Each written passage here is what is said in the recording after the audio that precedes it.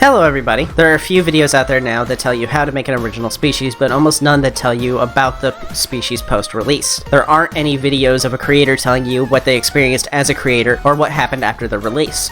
They don't tell you what they liked best or what they wish they did different. So with this video, I thought I'd give you more tips in the form of telling you what I wish I did differently with my original species so that you can learn from my mistakes or successes. I made 4 in total in the past year. 2 were art RPGs and the other 2 were just regular old open species. They were Myconians. I used to call them Myconids because those exist in D&D and I didn't want to get them confused. Mera, Saurians, and most recently Nomgrels. I might have another one coming out because I decided to update Proto's design with shrimp parts to make her look more alien, and the last time I had a character with a species just for them, I was asked to turn them into an original species, and we'll be going over that story too, right now actually. Myconians.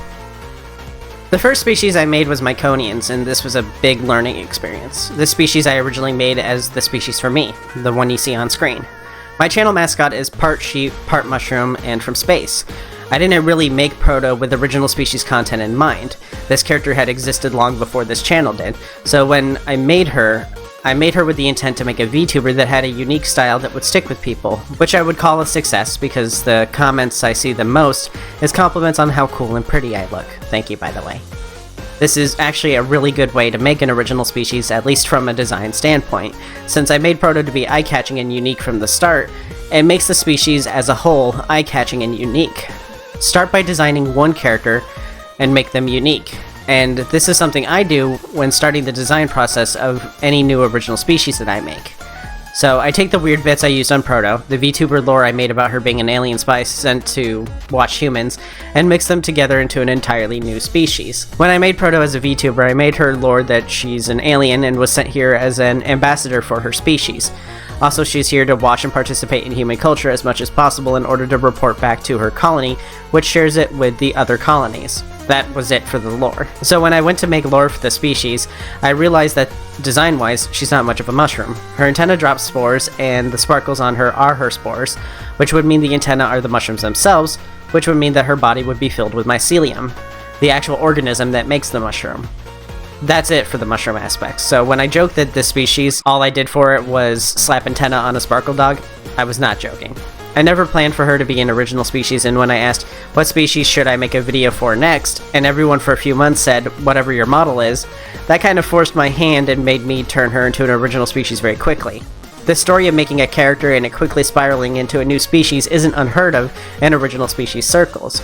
Pretty much every creator I've interviewed or talked to in DMs have all said similar.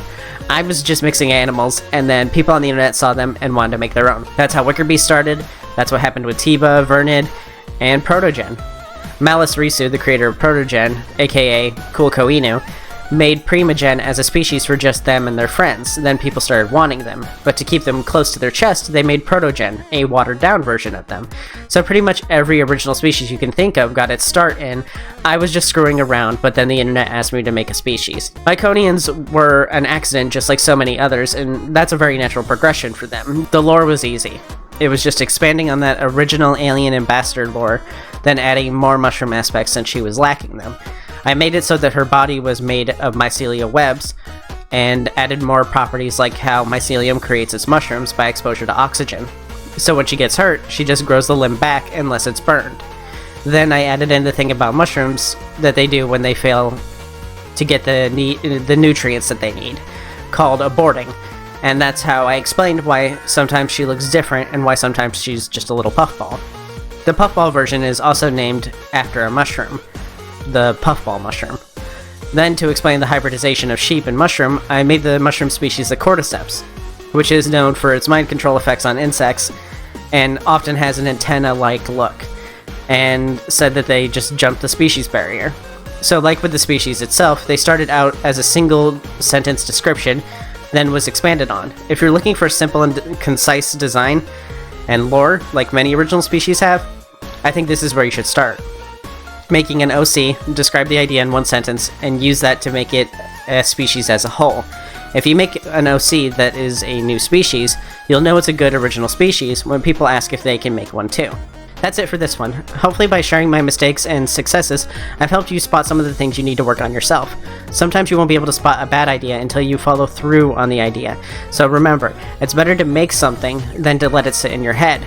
99% of projects and ideas don't ever see completion, so by just finishing it, you put yourself in the 1%.